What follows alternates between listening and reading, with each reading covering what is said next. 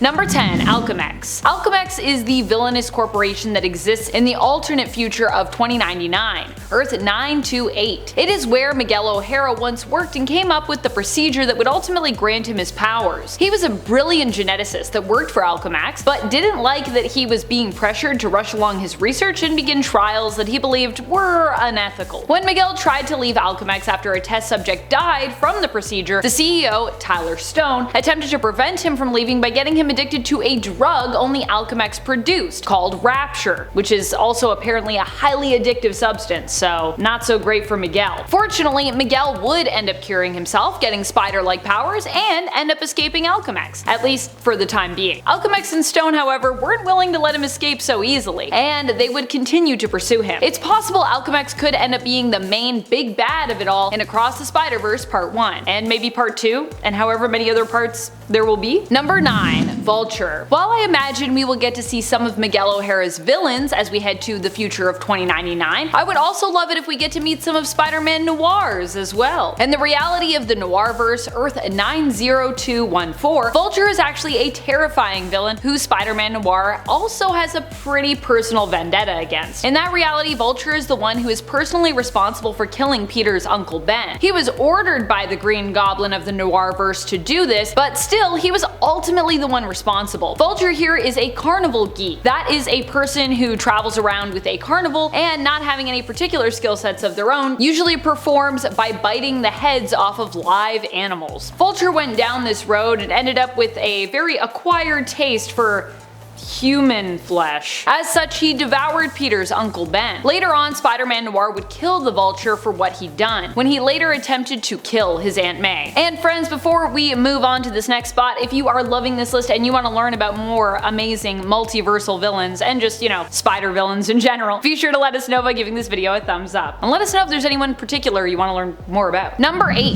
The Lizard. The Lizard of Earth 65 is the version we are talking about here. On Earth 65, the same reality that Spider-Gwen hails from in the comics, Lizard is actually none other than Peter Parker. Peter Parker is best friends with Gwen Stacy, and after she becomes the spider-like superpowered hero in this reality, in his place, he wants nothing more than to be like her. He does not know, of course, that this hero, his hero, is actually his friend Gwen. Done with being bullied and having to have Gwen stick up for him as well, he creates a serum which he uses on himself. It gives him power, but it also turns him into the monster and villain known as Lizard, as his reptile self takes over. The Lizard ends up dying when he comes up against Spider-Gwen, and is only then revealed to be Peter Parker, Gwen's best friend. He dies in her arms. It's all pretty tragic. We saw an allusion to this part of Gwen and Peter's stories from Earth 65 in Gwen's origin flashback in Into the Spider-Verse. But what if Peter didn't die? What if he's still alive and he somehow returns? That would be intense for Gwen to deal with. Perhaps he's an alternate of this alternate who is still alive, or perhaps, like I said, the Lizard didn't really die in Gwen's universe. There are multiple approaches you could take here. I personally would love to see him come back because I just would love to see their dynamic. Number 7. Ultimatum. Ultimatum is actually an alternate and evil version of Miles Morales in the comics, who hails from the main continuity of Earth 616. You see, in the comics, Miles is actually not from the main continuity, not originally, but instead from an alternate universe, the universe of Earth 1610, known as the Ultimate Universe, because that was the line of comics that it was a part of. The Ultimates themselves were actually a superhero team akin to Earth 616's Avengers. On Earth 616, Miles Morales was a criminal who ended up traveling for a time to Earth 1610. When he returned home to Earth 616, he learned that Miles Morales of 1610 was also residing there. Resentful of the other Miles Morales, Spider-Man, and wanting him out of his way, he aimed to send Miles and his family back to their home reality of Earth 1610, against their will, obviously. Fortunately, Miles and his uncle, Aaron Davis, aka Prowler, who also wound up resurrected and on Earth 616, foiled the plot of Ultimatum, defeating him. At least for now. Miles is such a sweetheart in the animated Spider-Verse reality, so I'd really love to see him fight against someone who is very much his opposite. I definitely want to see Miles take on his evil version. Number 6. Peter Parker 2099. In an alternate 2099 future, not the same reality that Miguel is from, Peter Parker actually becomes the CEO of Alchemax, the villainous corporation that Spider-Man 2099 once worked for. In this reality, Peter Parker was still Spider-Man, but allowed the public to believe that the hero was dead. Retired from heroics, he he became the CEO of Alchemax, working sort of in secret because, you know, he's supposed to be dead. His plan was to fix his past mistakes and bring back all of those people whom he couldn't save during his time as Spider-Man. This alternate version of Peter also has a prolonged lifespan due to fancy future anti-aging technology, so that's how he's still alive, by the way. He attempts to get Miguel from the alternate 2099 reality, which is I guess really the main 2099 reality, and his own younger self to join him, but both refuse, prompting 2099 Peter to fight Miguel. This evil version of Spider-Man I think could fit well into Across the Spider-Verse as a main antagonist, considering his whole plot involves rewriting reality, which, you know, could potentially affect and threaten the entire multiverse. 2099 Peter Parker comes from the Spider-Man video game Edge of Time, where he was revealed as the main antagonist. Or well, he ended up kind of being the main antagonist I guess at the end of the game. Also, while Edge of Time wasn't well received, and I know that, the story in general was praised. And I think the story is pretty cool, so yeah, that's just my 2 cents. Number 5. Superior Spider-Man. Superior Spider-Man is a version of Spider-Man who is also Dr. Otto Octavius. Let me explain. Back in the 616 comic book continuity, Otto is basically dying and manages to trick Peter into a body swap scenario. While Peter is trapped inside Otto's failing body and dies, Otto lives on in Peter's body as Spider-Man. Superior Spider-Man to be exact, because you know, this is Otto, so he's like, I'm gonna be the best Spider-Man ever. Peter would eventually return, and Otto would also go back to his usual Doc Ock appearance and his hijinks, but for a time, he was the Spider-Man of the 616 reality. He's done good and bad things before in the comics, and ended up accidentally bringing back the Inheritors after they were defeated the first time in Spider-Verse. Oops. Superior Spider-Man, while known for being a villain, is also like an anti-hero, so we could really see him in either light were he to show up in Across the Spider-Verse Part 1. But yeah, he's been a villain and a hero, so I figured I could still count him as a villain for this list. I just really want Superior Spider-Man. I think a lot of us do. Number 4. Army of Doc Ocks. Why stop at 1? Or I guess 2 Doc Ocks when we could have a whole army of them, right? I mean, there isn't just Doc Ock, Otto Octavius somewhere out there. We also have Olivia Liv, Octavius's version, and we could have Superior Spider-Man as well. There are lots of cool alternates of Otto out in the multiverse that we could meet in Across the Spider-Verse, and Doc Ock is such a powerful and interesting villain that we could have a whole army of them to face. I'm not sure what the motivation would be, or like who would ultimately be the Doc Ock in charge, the like head Doc Ock, maybe Superior, but I'm sure when all those octopi put their minds and I guess their tentacles together, they could come up with some pretty ingenious schemes. Also, I feel like now that I said put their tentacles together, I'm like, ooh, maybe I shouldn't have said that, but I said it. And you know what? Sometimes you gotta be like all tentacles in and then get your mind out of the gutter. Number 3. The Spider. The Spider is one of the worst alternate versions of Spider-Man we've ever met. He is super evil and is basically a version of Peter Parker that is combined with Cletus Cassidy. This alternate version of Peter Parker has red hair and was born a sociopath, because I guess everyone that has red hair is a sociopath. I don't know. I don't understand that connection, but you know, people with red hair, apparently they have no souls. He possesses a dark sense of humor and enjoys causing pain to others. He first showed up in the Exile series and hails from Earth 15. Like Carnage on Earth 616, he revels in hurting others. He possesses a symbiote very similar to Carnage, although it is actually known as the Spider symbiote instead of the Carnage symbiote in this reality. What could be cooler than seeing Miles and the rest of the Spider Army take on an alternate and evil version of Peter Parker? Also, Let There Be Carnage did well at the box office, right? I'm pretty sure it did. So wouldn't it make sense to have some kind of version of Carnage show up here? And this is like both. It's like a Spidey and a Carnage together. Number 2. MORLUN. I'm actually a really big fan of MORLUN, even though I feel like he's not really everybody's cup of tea. He's my cup of tea. I like the fact that he's a Victorian-style energy vampire from an alternate past. MORLUN feeds on the energy of spider totems, hunting them down and feeding off of them. He is extremely powerful by himself and is sometimes not even just a one energy vampire kind of deal. So sometimes if you're facing MORLUN, it's not just MORLUN you're facing. MORLUN is proven to be a hard foe to beat, especially because he rarely stays dead for long and usually shows back up to torment Spider-Man and taunt him, often threatening that he will be his end. MORLUN is also the guy who ate Spider-Man's eye that one time when he was on the brink of death, plagued by a mysterious ailment. Number 1. The Inheritors. The Inheritors are the rest of MORLUN's crew and family. They are a powerful energy vampire clan which hunt down various totems and consume them. Because Yeah, there aren't just spider totems out there apparently. There's lots of other totems. Spider totems, by the way, if you're confused by what that means, are basically spider folks from across the multiverse who are destined to end up being connected to the spirit of the spider, either possessing powers related to spiders or some other important connection, which generally gives them purpose in their life. The inheritors ended up getting control over the Master Weaver, thereby turning him into an enemy of the spider totems, even though that wasn't his intended purpose to begin with. They used the Master Weaver's knowledge and power to travel the multiverse and hunt down spider totems within it. The inheritors are generally led by Solus or Morlun, and their members have included Verna, Genix, Karn, Bora, Brix,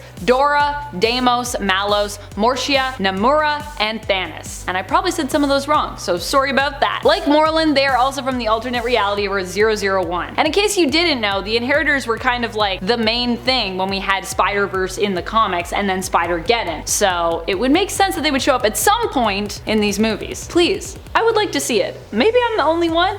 I don't know. Coming in at number 10, we have the android clone known as Time Spinner.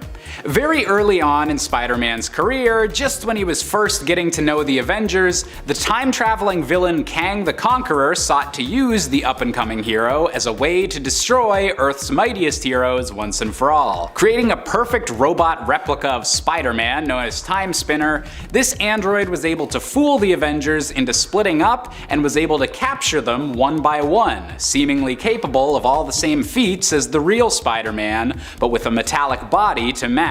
Luckily for the Avengers, the real Spider-Man eventually caught wind of Kang's plan and showed up just in time to send the robot packing. But still, an android Peter Parker that can fool even the Avengers, that's some pretty messed up stuff. In at 9, Lizard Spider-Man. The story of the Spider Lizard has its first origins going back in Amazing Spider-Man Volume 1, number 164, when Dr. Kirk Connors creates an innervator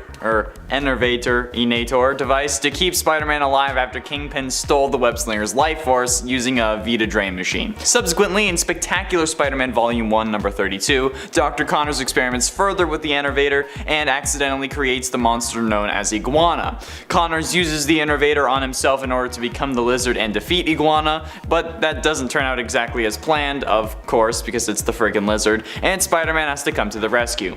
All of this comes back into relevance in Spider-Man Volume 1, number 39, where Dr. Connors persuades Spider-Man to swing by his laboratory for a checkup. It is clear that Spider-Man's mood is still being negatively affected by his earlier exposures to this machine. So in that same issue, Spider-Man faces the scourge of the Schizoid Man. The mental stresses of this battle are too much for his enervated system to handle, and a terrible transformation is triggered. So Spider-Man becomes Spider Lizard.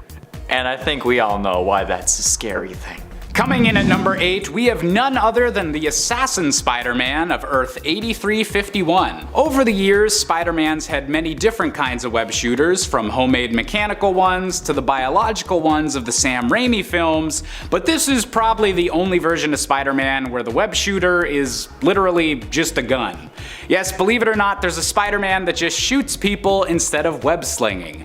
Having abandoned New York in his own universe to become an international assassin alongside Wolverine following a disastrous misadventure throughout Europe, this Spider-Man has entirely given up on the great responsibility part of his mantra, only aiding the other Spider-Men against multiversal threats whenever his own reality and way of life are in danger. In its 7, Doppelganger. Introduced in Infinity War number 1, Doppelganger was an evil, near-minded duplicate of Spider-Man that was created by Magus during the battle known as the Infinity War. The 6-armed creature was one of many doppelgangers created by Magus using Anthropomorpho's M bodies during this conflict. Although the doppelganger was killed during the Infinity War by Hobgoblin, he was mysteriously revived by the Demogoblin. When Magus was defeated by Adam Warlock at the conclusion of the Infinity War, all of the doppelgangers were destroyed except for the Spider Doppelganger, thanks to Demogoblin's magic forming a psychic link between him and Demogoblin, or I guess Demogoblin and Doppelganger. For a time he was a pet to Demogoblin, but the two went their separate ways after a very interesting fight.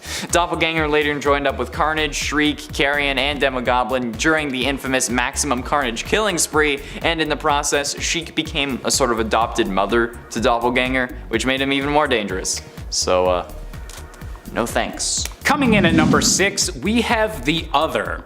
Coming from a particularly weird era of Spider-Man history that seemed obsessed with turning Spider-Man's powers into having a magical and mystical origin, The Other, or Miss Arrow as her human disguise would come to be called, was a spider deity that apparently chose Peter Parker as being worthy of its powers, heavily implying itself to have controlled the radioactive spider that bit Peter in the first place. While initially bonding spiritually with Spider-Man himself and giving him a whole host of new powers, The Other eventually manifested as an entirely separate being and disguised itself as a teacher at Peter Parker's school. With much of this storyline since having been wiped from canon by the events of One More Day, it's still incredibly weird to look back and go, oh yeah, Peter Parker had a teacher that was technically the manifestation of his spider powers in creepy human form.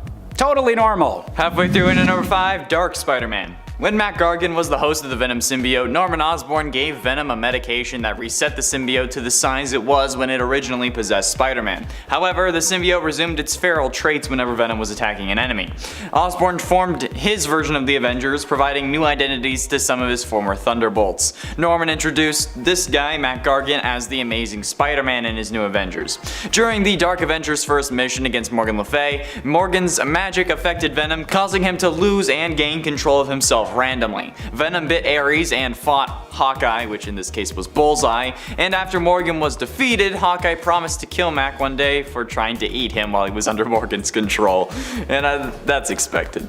Basically, another evil Spider-Man, but I mean it wasn't exactly Peter Parker, but still, it counts. It's still terrifying. That's the trouble with the secret identity though, okay? It's easy to be impersonated. Arrow Season 3 for example. Coming in at number 4, we have the emo symbiote influenced Peter Parker from Sam Raimi's film Spider-Man 3. We've all seen the memes of Tobey Maguire dancing and threatening to put a little dirt in our eye, but in my opinion, this is one of the more interesting depictions of Peter Parker before he decides to get rid of his symbiote suit and accidentally causes the creation of Venom. While many interpretations of this story always show Peter becoming more violent and prone to anger as the suit begins to affect his mental state, the fact that the suit seems to only make Peter more unlikable and cool in a dickish way feels like pretty interesting commentary on what a more badass or dark Spider-Man would even look like. Even if out of context or combined with the movie's other problems, it can come across as pretty laughable. But hey, those dance moves still count as pretty scary, right? Can 100% confirm that was definitely scary. Getting close to the end, in at number 3, Imperfect Spider-Man. In 2005, a fighting game called Marvel's Nemesis Rise of the Imperfects was released, and it didn't do all that well. But it did lead to an actually decent tie-in miniseries, written by Greg Pak and drawn by Renato Arlen. In the prequel series, we saw Spider-Man, Thing, Wolverine, and Elektra be captured and injected with a illicit substance developed by an alien scientist that corrupted them into bloodthirsty killers.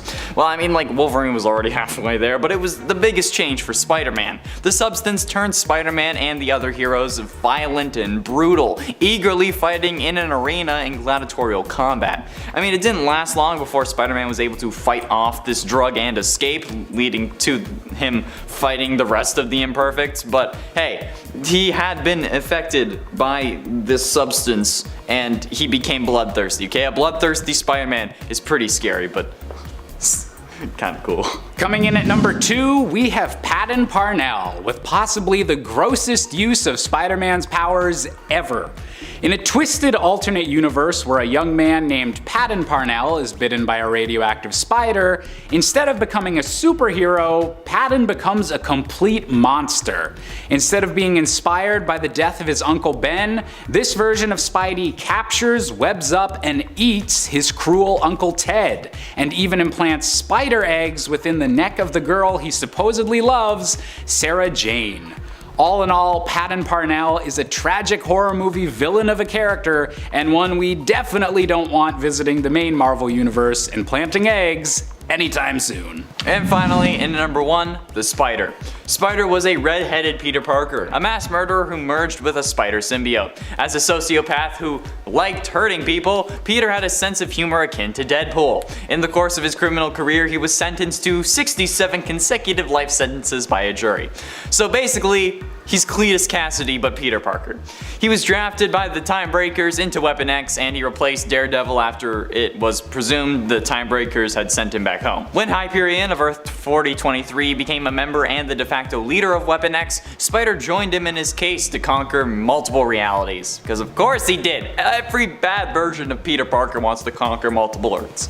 Peter was subsequently killed by Firestar with a mega blast from her powers in 2005, but he was buried in the prison cemetery of his home reality. But Peter Parker as a Cletus Cassidy serial killer, that's absolutely terrifying. Number 10, Ezekiel Sims. Ezekiel Sims is also referred to as Old Man Spider-Man. In his reality, he was the one to take up the Spider-Man mantle after Peter Parker was killed by Morlun. Ezekiel hails from Earth 4 and is an alternate reality version of the 616 Ezekiel Sims. The Ezekiel Sims of Earth 616 was the one who locked away Cindy Moon, aka Silk, in order to protect her from Morlun, his enemy, who he knew was tracking Cindy. Old Man Spider-Man Ezekiel Sims made his first appearance in the Edge of the Spider-Verse series in issue number 5. He also happens to have a really cool looking suit. He was created by Gerard Way and Jake Wyatt. Number 9, Spider-Woman. Spider-Woman is Jessica Drew, or at least she is one of the Spider-Women. More importantly, she is the one that we'll be talking about for this point on this list. Jessica Drew is more removed from the world of Peter Parker Spider-Man, having her own unique origin story that doesn't mimic the tried and true spider bite, loss of Uncle Ben, with great power comes great responsibility, yada yada yada. Instead, Jessica Drew was experimented on by her father and the High Evolutionary, likely in disguise. Possibly in disguise. Jessica spent much of her early years in stasis, and when she awoke she was a fully grown young adult. Jessica ended up in the hands of Hydra, but would eventually break away from her more villainous origins and end up as the hero that we've come to know as Spider-Woman, who has also had a career as a successful sleuth and PI. Jessica Drew made her first appearance in Marvel Spotlight issue number 32 back in the 70s, and was created by Archie Goodwin, Sal Buscema, Jim Mooney, and Marie Severin. And friends, before we move on to this next spot, if you are as excited for Across the Spider-Verse Part 1 as we are, and you want more lists about it, be sure to let us know by giving this video a thumbs up, because I want to tell you more about what I want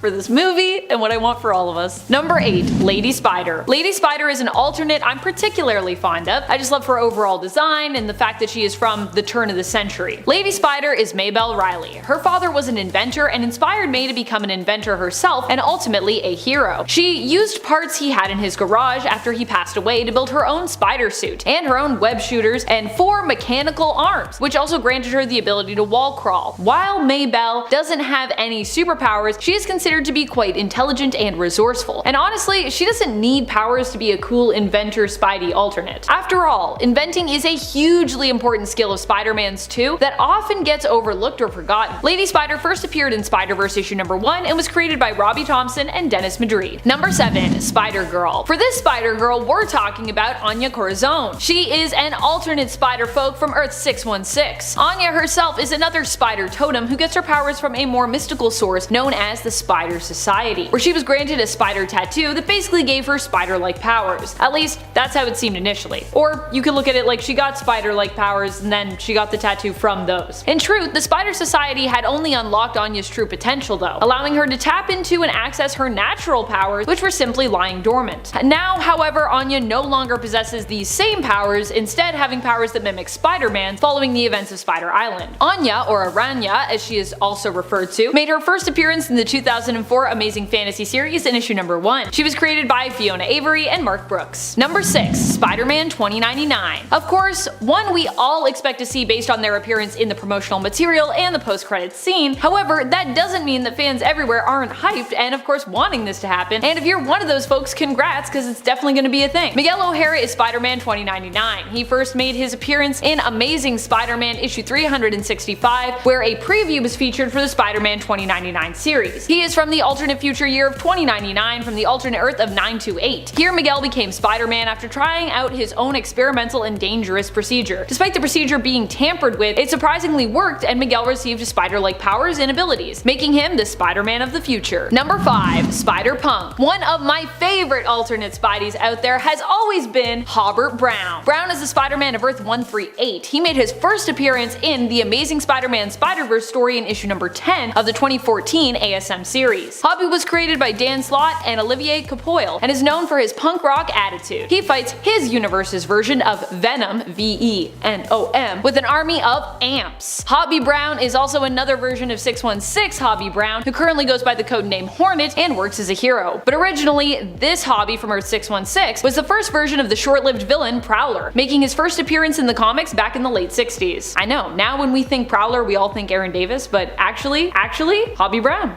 original Prowler. Number 4. Spider-Man. Spider-Man is another awesome alternate of Spider-Man and of Aunt May. She first made her appearance in the original What If series in issue number 23, where we answered the question, what if Aunt May had been bitten by that radioactive spider instead? This all happens as a result of Peter leaving his lunch at home on the day when he attended the science demonstration with his class. Aunt May was the one who ran into the radioactive spider and was bit by it. Initially, Aunt May intended to use her powers to perform stunts in order to earn money to support her family. However, the villain Leapfrog showed up, prompting May to fight against him and defeat him, turning her into a hero from that point on. Spider-Man was created by Steve Skeets and Alan Kupperberg. Since appearing in What If, she's made several other appearances throughout the Spidey comics and Marvel multiverse. Spider-Man hails from the alternate reality of Earth 3123, and in that reality, Uncle Ben's still alive! Number 3. Spider-Man India. Or just Spider-Man, as he's known in his own reality. Pavitra Prabhakar is Spider-Man in the reality of 50101. Pavitra grew up poor in India, but due to his brilliant mind, wins a scholarship and is able to move to Mumbai with his Aunt Maya and Uncle Bim. While there, he receives spider-like powers from a yogi who hopes Pavitra will use them to save the world from an ancient evil that threatens it. Pavitra loses his Uncle Bim as a result of him not choosing to use his powers to help a woman who is being attacked. His uncle does try to help and dies in the process. Pavitra first appeared in Spider-Man India in issue number 1 and was created by Jeevan Kang, Suresh Seetharman, and Sharad Devarajan. Number 2. Spider-Man Noir. While we did get to see Spider-Man Noir in the first film Into the Spider-Verse, where he was voiced by Nicolas Cage, I think that's just all the more reason that fans would love to see him return in this follow-up film. Nicolas Cage was the perfect casting for Spider-Man Noir, which made him an instant fan favorite among those who were introduced to the Spider-Verse via the film. In the comics, Spider-Man Noir is also considered a popular character. He hails from the Noir-verse of Earth 90214. Spider-Man Noir made his first appearance in the comics in Spider-Man Noir issue number 1 and was created by David Hine and Marko Djurjevic. Number 1. Spider-Woman. May Parker may be more well known by her former mantle of Spider-Girl, but she is currently all grown up and known as Spider-Woman in the comics. She is the daughter of Peter Parker and Mary Jane Watson Parker from the reality of MC2. In this alternate universe, heroes were more prone to retiring, settling down, and having families. As such, Peter, in this reality, ends up having a daughter and a son with MJ.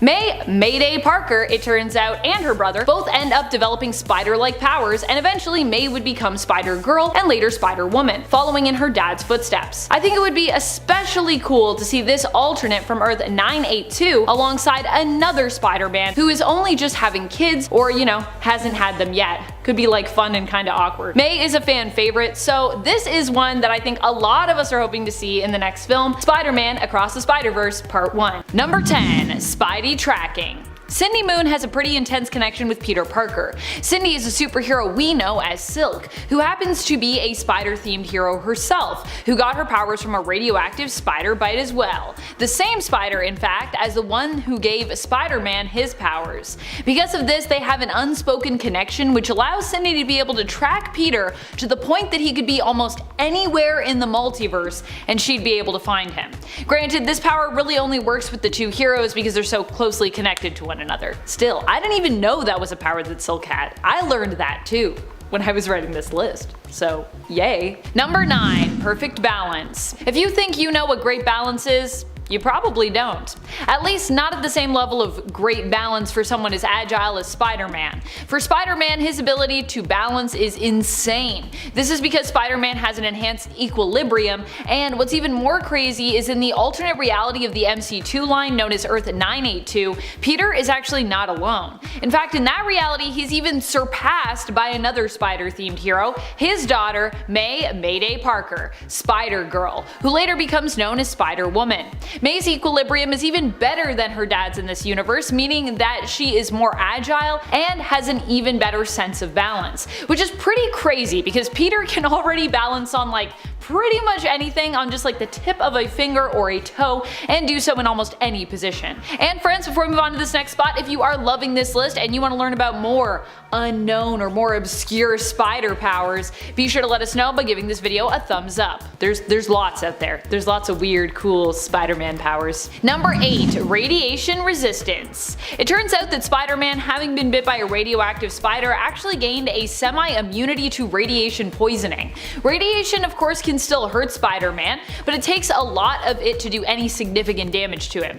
In other words, if you've ever played Fallout and taken some Rad-X before heading into a super irradiated area, that's kinda like what we're talking about here. Instead of radiation killing Spider-Man, it usually just leaves him feeling weak. Of course, like anything, if he is exposed to too much radiation, it can do damage and even potentially kill him. So he's not completely immune to it, just not as sensitive as many standard humans are. We're very sensitive to radiation, so take that Rad-X and I don't know, get bit by a radioactive spider, I guess, if you want some protection from it. Or just, you know, avoid it. That's a good way to live life. Avoid radiation. Number 7. Spider Whisperer. One version of Spider-Man can even communicate with spiders, in a way. And okay, maybe not a Spider-Man specifically. For this point, we're focusing on Kane Parker, clone of Peter Parker, initially known for his brooding, violent and villainous ways, and long dramatic hair. Now, however, Kane is a hero in the comics who still is kinda broody,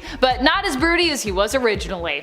During his time as Scarlet Spider, he made an appearance in the 2014 New Warriors series. Here, in issue number 3, we get to see that Kane has a unique spider-based power. That is, he can communicate with spiders. Now, while he can't directly command them to do his bidding, Kane's power does give him a sort of empathic connection to the spiders around him. Still, pretty neat, and honestly seems like a power that should be a thing for all spider folks, even though it is a surprisingly rare one in the realm of the Spider-Man multiverse. Like, I'm surprised that not every spider person can communicate with spiders. Just seems logical, and yet. Number 6. Organic webbing. Oddly enough, this one might be a power that you already thought you knew about, but in most cases, it's actually not a thing. A lot of people think it's a thing when it's not, and then sometimes it weirdly is. I hope that makes sense. Spider-Man's web shooters are actually an invention that Peter Parker, or usually any other Spider Totem of the Week, invented for their own use. Some fans think that this webbing is a part of Spider-Man's power set, but it's standardly a part of his equipment kit. However, this isn't always the case, and there have been a few times in the comics where the webbing for our hero has actually been organic, literally coming out from his own wrists, which is really weird and kinda icky, and not really a thing that we needed, but you know, we got it anyways. Silk is another spider-themed hero which has also had this power set of organic webbing, although in a bit of a cooler vein, at least in my opinion, and in terms of her character design. She also uses her webbing to create her suits at times when she has to jump into action unexpectedly. This gives Silk not only a pretty unique power, but also an unique look too. Number 5. Wicked Smart. I just like saying wicked smart. Or just wicked as an adverb, really. Wicked is a cool adverb. I really love adverbs. Of course, as I said earlier, the reason why people sometimes make the assumption that Peter's webs are always organic when they are only sporadically organic is because they forget just how smart he is. Yes, Peter is sweet, kind, and sometimes teeters on the edge of falling completely apart, but there is more to him than all of that. He doesn't only have a good heart, but he also has a great brain. Hence how he was able to create his own web shooters to begin with, and also hence his love of academics and science. Peter isn't just your average smarty either in the Marvel Universe, no siree. He has been considered one of the great intellectual minds, rubbing elbows with the likes of Reed Richards, Iron Man, Black Panther, and Bruce Banner. Number 4. Venom Blast. Venom Blast is an iconic power that fans of Spider-Man might not be familiar with, but fans of Jessica Drew's Spider-Woman likely will be. Venom Blasts don't actually involve venom either, so the name for this power is kind of a misnomer. However, that didn't stop Spider-Woman from the 1970s cartoon shouting out the name of this power every time she used it. Venom Blast! It's like the louder you shout it, the more powerful it is. The Venom Blast power is actually electrical in nature. Jessica has the ability to produce excess bioelectricity which she can then channel into a blast, allowing her to shock, stun, or even kill her opponents. In fact, this is also a power that Jess has had to practice with and hone over the years so she can avoid killing people with it because it is just that powerful. I feel like that's actually a lot of Jessica Drew's powers. She's like, I have to hone this because it's just too crazy. Practice is important, especially if you have superpowers. Number 3. Magic. At least for a time in the Ultimate Spider-Man cartoon, Peter had this one. For a short time, but it happened. He actually was given the Eye of Agamotto by Doctor Strange for a time and ended up possessing temporarily all the powers of the Sorcerer Supreme. In the Ultimate Spider-Man animated series, Peter also kind of trains with Doctor Strange, or at least hangs out with him, and he gets some immunity to magic from his time spent with the famed Sorcerer. Granted, the magic that Peter has in this series is temporary, but it should also be noted that Spider-Man's origin was actually tweaked in the decade leading up to the Spider-Verse event in the comics, making him actually more mystical just as a character in the main continuity of 616. We learned that Spider-Man's origins weren't only based in the realm of science, but that the bite that he suffered from that radioactive spider was also somewhat fated, and was considered a gift from the spider, or more specifically the Other, which is kind of the spider, the great spider being that Spider-Man is attached to, turning Spider-Man into one of many spider totems throughout the Marvel Universe. Totems are basically figures throughout the Marvel Universe who are connected in a supernatural way to the spirit of an animal. In Spider Totem's case, it's spiders. Number 2. Venom Punch. Okay, so maybe you know about Jessica Drew's Venom Blast, but did you know that Spider-Man is also capable of emitting bioelectricity powers himself? Miles Morales' Spider-Man also possesses the power to channel his excess bioelectricity into blasts and shocking beams of concussive energy. But he also has another unique power he can pull off using his extra stores of bioelectricity. That would be his Venom Punch. Miles the Spider-Man can actually channel his bioelectricity into his punches, basically supercharging them. So not only are you feeling the pain of that super strong punch, because he's also got super strength, but also the pain from electric fists if you get hit by him. Honestly, Miles is probably one of the wildest power sets of all the Spider folks around. He's got lots of cool unique powers and is like crazy OP. Just another reason to love Miles Morales. Number 1. Pheromone powers. Jessica Drew actually possesses these powers, although we might sometimes forget about them. They don't come up very often, and I think that's kind of because Jessica likes to use them sparingly. They are kind of weird powers. Also, it's hard to write powers like these without the issue of consent coming up. They do kind of inherently seem to lend better to villains than heroes because of that.